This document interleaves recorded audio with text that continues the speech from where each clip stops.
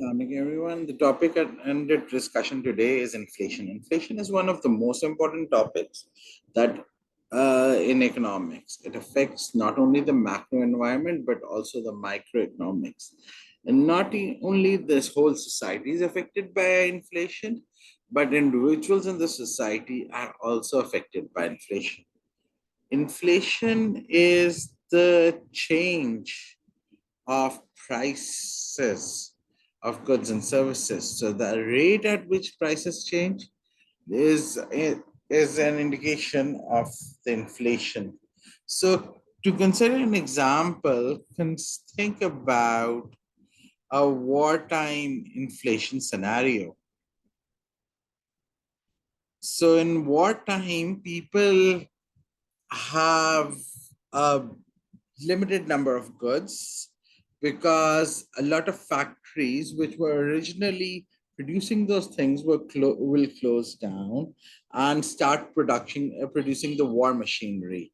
Now, since because of the shortage of goods and services, the number of things that the people now have are fewer. So as soon as the factories diversified their outputs, the people who even have money will have only reached to less amount of goods.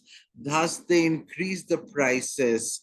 Once they start in this bid war to increase the prices, this increase in prices is inflation.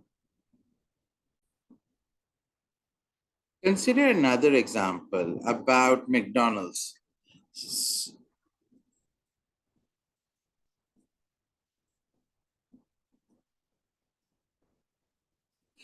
This is an example of inflation.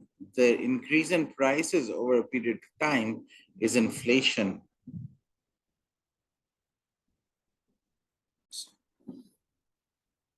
There are two basic types of inflation. One is the asset price inflation, which is the increase in the prices of bonds, stocks, real estates, and any other such as investable asset.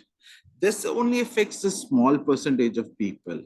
On the other hand, there is the consumer price inflation. This is the increase in prices of generally consumable things which average person would consume over a period of time. So one metrics used by the government to see the increase in such prices is the consumer price index. The government has made a basket of goods and services that for an representative aggregate consumer spending, and then they track the prices of this basket of goods over a period of time. The faster the prices of this good increases, this basket increases, it is indicated that the inflation in the economy is high.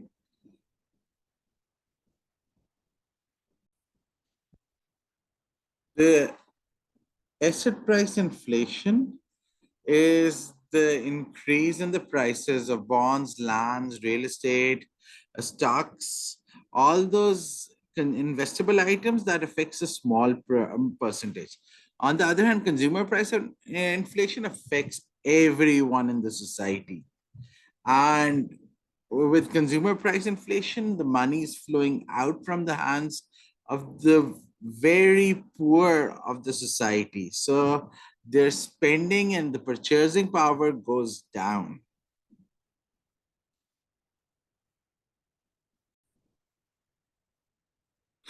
So the consumer price index is used to track the prices of the households expenditures.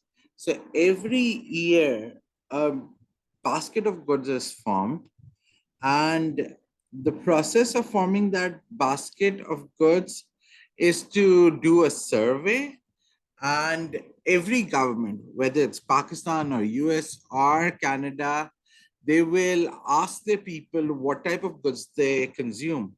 So in this method, the whole process is very similar from one country to another. Once they have a survey where they ask not most, a sample of the people about their consuming habits, the government comes up with a basket of goods that an average household buys. From this basket of goods, they look at what and what is consumed over a period of time, and how does the price of those things that were consumed in that period change during that period.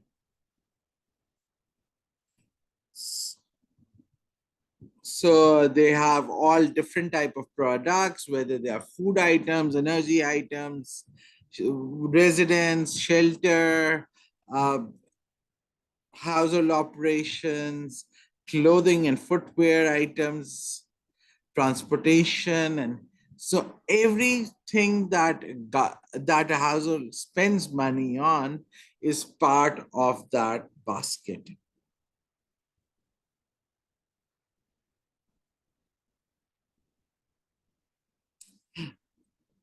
So the assumption that we go with is that in the base year, the chosen year, the CPI is 100. And then compared to the CPI of the base year in any other year, CPI is a fraction of the expenditure in that year to the expenditure in the base year. So in this way, the prices have been smoothed out as a factor of 100. So in 2015 is the base year, then the CPI would be 100. In 2016, if the prices increase, then the CPI would be more than 100. And if in 2017, the prices decreased more than those, or prices were even less than the 2015 prices, then the CPI would be less than 100. So in this way, we reduce the dollar denominated amounts. We just have to think about one number, 100, and think about if the prices are increasing or decreasing with regards to that base year.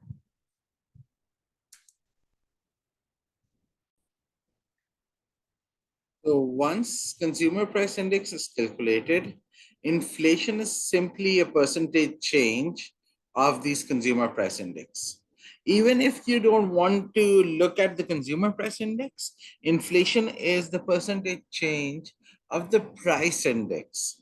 So even if you did not make the base year price 100, and continue using your own price index, then inflation is simply the percentage change of the price index. Percentage change is the new value minus old value divided by old value. You can find the percentage change. If the result is positive, then the country faces inflation. If the result is negative, then the country faces deflation. So consider the scenario where the country's price level increased from 5,000 to 7,000. So initial price level was 5,000 and the final price level was 7,000. This indicates that inflation is the percentage change is equal to bracket start 7,000, the new level, minus 5,000, the old level, divided by 5,000. This number is not a percentage. To convert it into percentage, you will have to multiply by 100. Or in Excel, you can obviously use the percentage font sign. So the inflation is 40%. The answer is positive. Inflation calculated calculated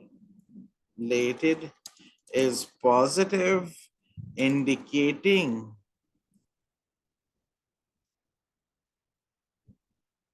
inflation and not deflation.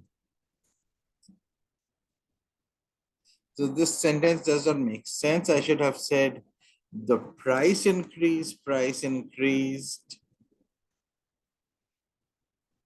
the price increased, the percentage is positive, which indicates inflation and not deflation. Thanks for watching the video. Please like and subscribe. If you have any questions, tell me in the comments and I will answer it in the next video.